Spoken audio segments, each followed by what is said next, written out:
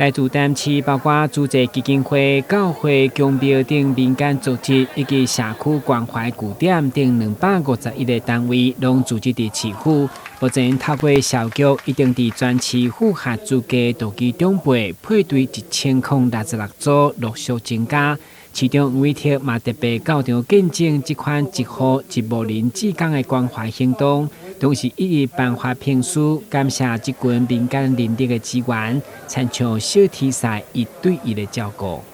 其实很多独居老人哦，他自己的家人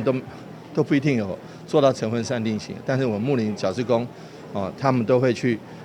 这个靠了电话或靠了访视或靠了招呼来照顾关怀我们的独居老人。这些我们都非常非常感谢这些牧灵小志工，对于我们的台南市的社福工作又向前迈进了一大步。将来我们也会更努力来邀请大家一起来参加牧灵小志工的行列。那我们也会发动我们更多的这个社工能够来关怀我们的独居老人以及社会上弱势需要关顾的人。一户一无人的方式，甲关怀据点并无同，重点就是有社工的介入，会当伫第一时间处理投入社会资源，嘛互配合的单位相当肯定。服务的部分会更加周到，因为呢1对1呢